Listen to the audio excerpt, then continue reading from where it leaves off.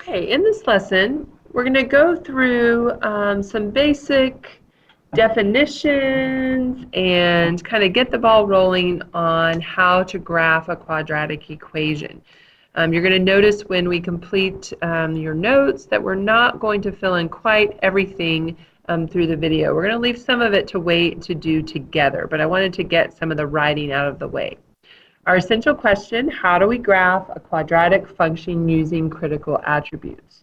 Because you are going to be writing down multiple things at any point, if you feel like you need to stop the video so you can get the notes copied, then please do that. That's why we're taking the time to do this as a video lesson. Okay, so in our notes, and I'm going to zoom in just a little bit, we're looking at graphing a quadratic function. In the past, we've learned about linear functions. So now we're moving on to a different type of function. So here I've given you 4 steps that we need to think about when graphing a quadratic function. And as we talk about these different things, it'll make sense. We're going to identify the axis of symmetry. We're going to find the vertex of the graph. We're going to find the y-intercept, and we're going to find symmetrical points. And I'm going to come back to that in just a minute. So the first vocabulary word that I want us to talk about is axis of symmetry.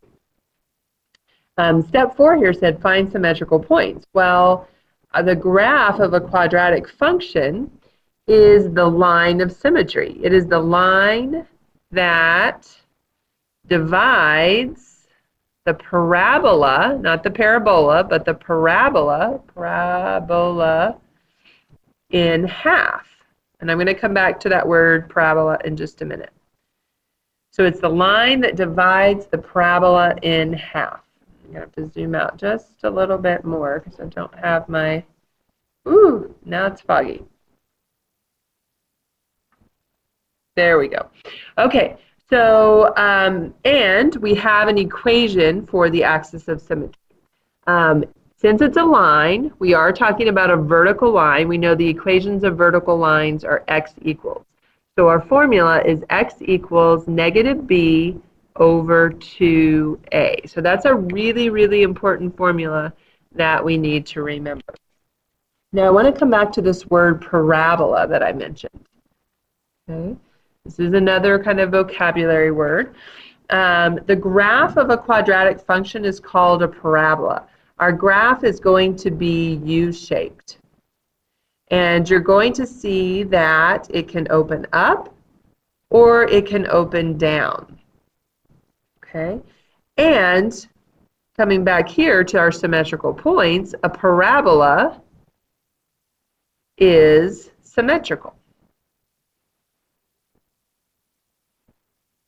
Okay, and that'll be more obvious when we actually graph it together tomorrow. The next word that we need to know is our vertex. The vertex is simply the highest or lowest point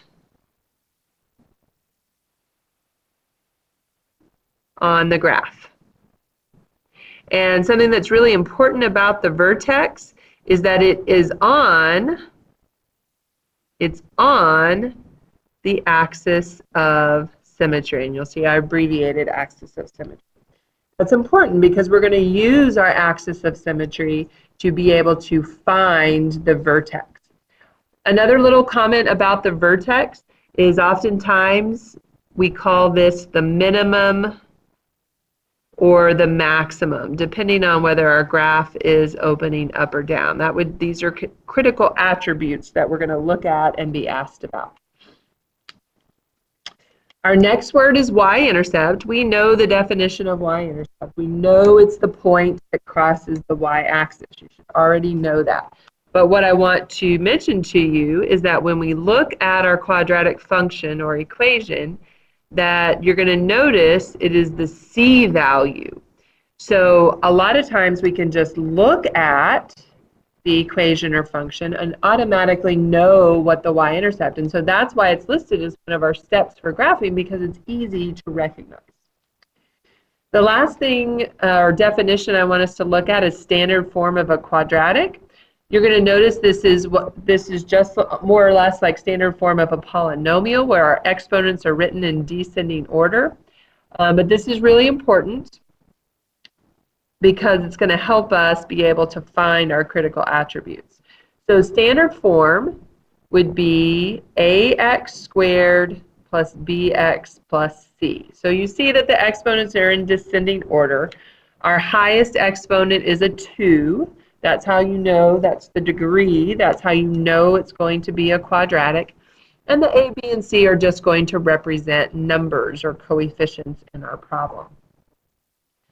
The last thing I want to do is I want to look at our two examples, and I want us to simply identify our A, B, and C, and then I want us to go ahead and recognize our y-intercept. And then tomorrow we will put the whole graph together and look at it. So looking at our first example function, our A value is going to be 2. That's the ax squared. So A is 2.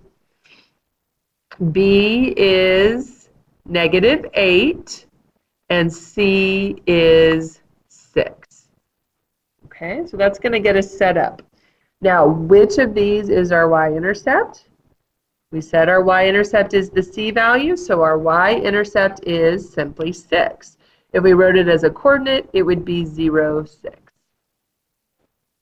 Okay. What I want you to do now on your own is I want you to look at this second example, and I want you to try to identify on your own what your A, B, and C is, and then identify your y-intercept. And then we will pick up from there tomorrow together.